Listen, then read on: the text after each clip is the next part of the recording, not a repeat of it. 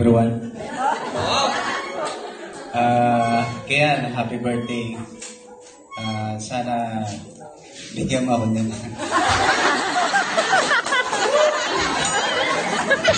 Wala akong pang-visit eh.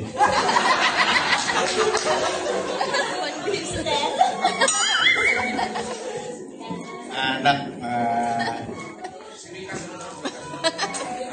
diba 18 years old ka na. Na-surprise ka, na-surprise din ako. Hindi ko alam to.